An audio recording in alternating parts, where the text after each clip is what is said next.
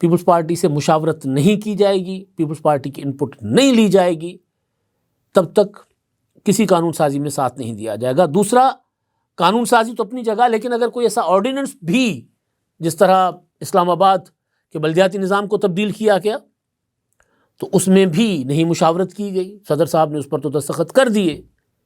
ایک اور آرڈیننس جس کا ذکر ہوا وہ تھا دانش اسکولز کے حوالے سے، تو اس پر اعتراض لگا کر صدر صاحب نے اس کو واپس کر دیا تھا کہ یہ صوبوں کے معاملات میں مداخلت ہے، صوبائی خود مختاری میں مداخلت ہے، کہ وفاق براہ راست اسکول نہیں بنا سکتا صوبوں میں جا کر۔ تو اگر وفاق نے کچھ کرنا ہے، کل کے اجلاس میں کہا گیا، صدر صاحب نے تو واپس کر لیا کہ اگر وفاق انٹرسٹڈ ہے، وزیر اعظم شہباز شریف صاحب انٹرسٹ لیتے ہیں کہ دانش اسکول جو ہیں وہ بلوچستان میں بھی انہوں نے اعلان کیا، پنجاب میں تو خیر صوبائی بنے ہوئے ہیں، شہباز شریف صاحب جو وزیر اعلیٰ تھے اس دور میں، لیکن اگر سندھ میں چاہتے ہیں کہ وہ بنے تو وہ وفاقی فنڈنگ سے صوبائی حکومت، صوبائی وزارت تعلیم کو ساتھ ملا کر گرانٹ دے کر وہاں بنوائیں۔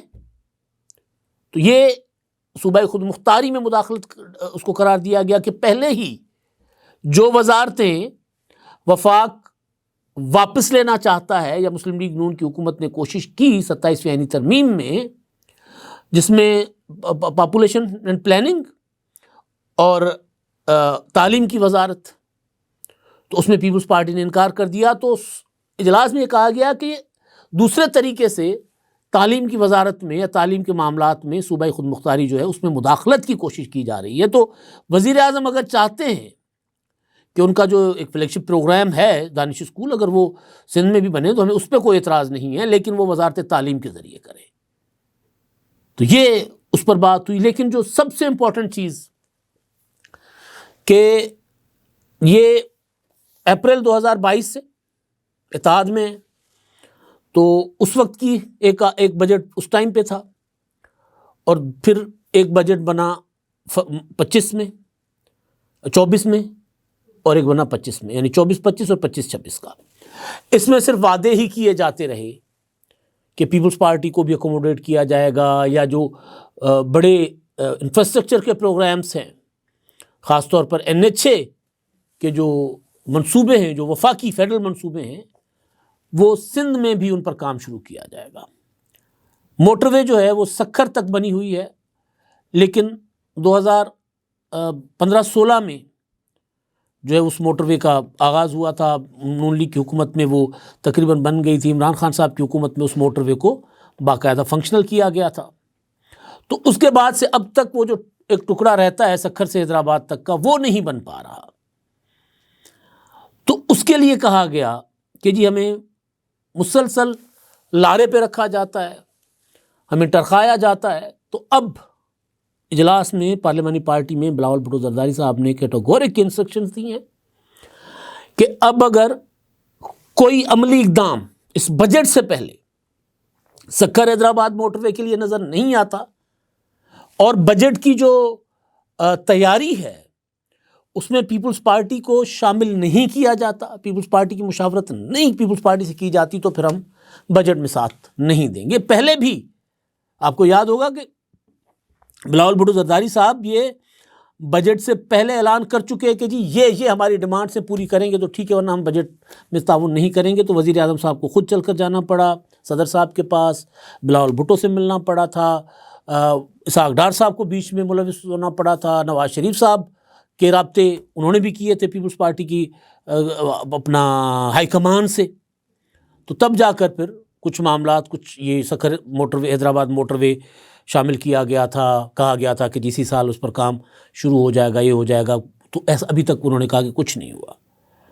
تو وہ اگر نہیں کیا جائے گا، کنسلٹیشن نہیں ہوگی، اور جو وعدے کیے گئے ہیں ان پر پہلے سے عمل درآمد کا آغاز نہیں کیا جائے گا، تو پھر بجٹ میں ساتھ نہیں دیں گے۔ اب یہاں پیپلز پارٹی کا امتحان ہے۔ پہلے تو مسلم لیگ نون کو پیپلز پارٹی کے ووٹ کی ضرورت پڑتی تھی بجٹ سازی کے لیے، لیکن اب ضرورت نہیں پڑے گی۔ اگر وہ یقینی بنا لیں گے تو پھر اپنی سادہ اکثریت کے بل بوتے پر مائنس پیپلز پارٹی وہ بجٹ منظور کروا سکتے ہیں، لیکن 100% ووٹ یقینی بنانا ظاہر ہے مسلم لیگ نون کے لیے بڑا ٹاسک ہوگا، پیپلز پارٹی کو بھی پتہ ہے۔ لیکن اگر وہ یقینی بنا لیتے ہیں تو پھر پیپلز پارٹی کو وہ نئی خاطر میں لائیں گے، لیکن وہ اس دن جس دن یا وہ جو بجٹ کی منظوری کا جو عمل ہوتا ہے اس وقت تک تو کسی کو پتہ نہیں ہوتا نا کہ سارے کے سارے ووٹر جو ہیں وہ پہنچ پائیں گے ایوان میں. کوئی بیمار ہو سکتا ہے, کوئی کچھ بھی ہو سکتا ہے. تو لہٰذا پیپلز پارٹی کی بالکل بھی ضرورت ختم نہیں ہوئی ابھی مسلم لیگ نون کے لیے. تو ظاہر ہے بلاول بھٹو زرداری صاحب نے یہ فیصلہ کیا کہ اتحاد انہوں نے چلانا ہے, ہمیں اتحاد میں برقرار رکھنا ہے, تو پھر جو وعدے کیے تھے وہ وعدے ان کو پورے کرنے ہوں گے. یہ کل کے اجلاس میں بڑی امپورٹنٹ جو چیزیں تھیں وہ میں نے آپ کے سامنے رکھ دی ہیں. ایک جو آرڈیننسز یا قانون سازی, جب تک پیپلز پارٹی کی جو متعلقہ ٹیم ہے, پیپلز پارٹی کی جو لیڈرشپ ہے, ان کو نہیں شامل مشورہ کیا جائے گا تب تک پھر وہ کسی ایسے میں تعاون نہیں کریں گے. بے شک صدر صاحب جو ہے وہ صدر کے پاس اختیار ہے, وہ دستخط کر دیں, نہیں بھی کریں گے تو وہ قانون یا آرڈیننس تو بن جائے گا, لیکن پیپلز پارٹی پھر اس میں شامل نہیں ہوگی. اگین قانون بنانے کے لیے جو سادہ اکثریت چاہیے, تو سادہ اکثریت کے لیے 100% اپنے جو ووٹ مائنس پیپلز پارٹی مسلم لیگ نون کو پھر ہر سیشن میں جس میں کوئی قانون منظور کروانا ہوگا اس میں ان کو سیکیور کرنے ہوں گے, یقینی بنانا ہوگا کہ جی وہ وہاں پر موجود ہو. اچھا جی, اب اگلا معاملہ جو ہے وہ 8 فروری کا انتخاب, 8 فروری کا بائیکاٹ, انتخابات کا دن ہے. 2 سال ہو گیا, 8 فروری کو ہو جائیں گے انتخابات کو. پی ٹی آئی نے, تحریک تحفظ جاہین پاکستان نے اعلان کر رکھا ہے اسٹرائک کا. شاید وہ خیبر پختونخوا میں پہلے بھی کہہ چکا ہوں کہ وہ اسٹرائک کروا لیں, ان کا اپنی حکومت ہے اس صوبے میں, تو وہاں پر وہ اعلان کر دیں گے چھٹی کا, سڑکیں خود بند کروا دیں گے, بازاریں بند کروا دیں گے, تو وہاں تو اسٹرائک ہو جائے گی. لیکن جنگل میں مور ناچا کس نے دیکھا, اس کا کوئی اتنا فرق نہیں پڑے گا. سندھ میں نہیں ہوگی اسٹرائک, پنجاب میں امکان نہیں ہے اسٹرائک ہونے کا. لیکن سندھ کے جو 2 بڑے شہروں میں تازہ تجربہ تحریک انصاف نے کیا ہے سہیل آفریدی کے دورے کے حوالے سے, تو اب ان کا پورا زور ہے کہ کسی طرح کراچی بند ہو جائے. کراچی بند ہو جائے تو اسٹرائک کی فیل آ جاتی ہے, پورا ملک بند, کراچی منی پاکستان ہے. لاہور میں اس دن بسنت ہے, اور ویسے بھی پنجاب حکومت نے, مریم نواز صاحبہ نے فیصلہ کیا ہے کہ جی بسنت کے دن کوئی ٹرانسپورٹ جو ہے وہ اس طرح نہیں چلے گی, لوگ موٹر سائیکلوں پہ نہیں آئیں گے, اپنی گاڑیاں نہ نکالیں. بے شک بسیں, وہ جو اپنا آن لائن ٹیکسیز ہیں وہ سارا پنجاب حکومت کے خرچے پہ وہ چلیں گے اس دن. تو اس دن تو شہر میں رونق میلہ لگا ہوگا, لوگ چھتوں پر ہوں گے, مارکیٹس بازاریں بند ہوں گی, صرف وہ چیز چل رہی ہوگی جو بسنت کے جو ہے وہ فیسٹیول کے حوالے سے جو ہوگی. مٹھائی کی دکانیں, چائے خانے, باربیکیو, ہوٹلز وغیرہ اس طرح کی چیزیں کھلی ہوں گی, لیکن عام مارکیٹس بند ہوتی ہیں بسنت میں, وہ نہیں کھلی ہوتی. وہ لوگ انجوائے کر رہے ہوتے ہیں, بڑا خوبصورت ایونٹ ہوتا ہے. تو لاہور تو مائنس ہو گیا اس حوالے سے 8 فروری کو. تو پورا کا پورا فوکس تحریک انصاف کا ہے کراچی کے اوپر. اب سندھ حکومت کے جو وزیر ہیں سینئر اپنا ناصر شاہ صاحب, انہوں نے کل کہا کہ جی ہم ان کو اسٹرائک نہیں کرنے دیں گے کراچی میں. ان کی کوشش ہوگی کہ کراچی کو بند کرے, لیکن ہم ان کو بند نہیں کرنے دیں گے. لیکن مجھے لگتا ہے ذاتی طور پر کہ وہ جو ویژولز نظر آئے ہیں, جس طرح کا کراؤڈ نکلا تھا, کنٹینر سڑک پر تھے تو ان کو دھکیل کر دور کر رہے ہیں, زبردستی سڑکیں کھلوا رہے ہیں, یہ کر رہے ہیں, وہ کر رہے ہیں.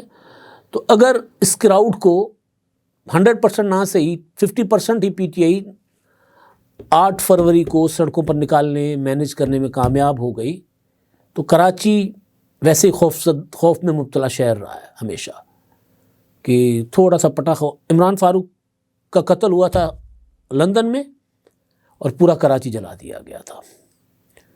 کراچی کو کنہوں نے جلایا؟ جن کے قائد کے اوپر الزام کہ انہوں نے ڈاکٹر عمران فاروق کو قتل کیا ہے.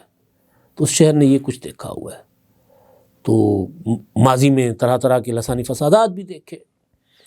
تو ممکن ہے کہ لوگ اس خوف یا احتیاط کے مارے بند کر دیں شہر کو, سڑکوں پر ہی نہ آئیں.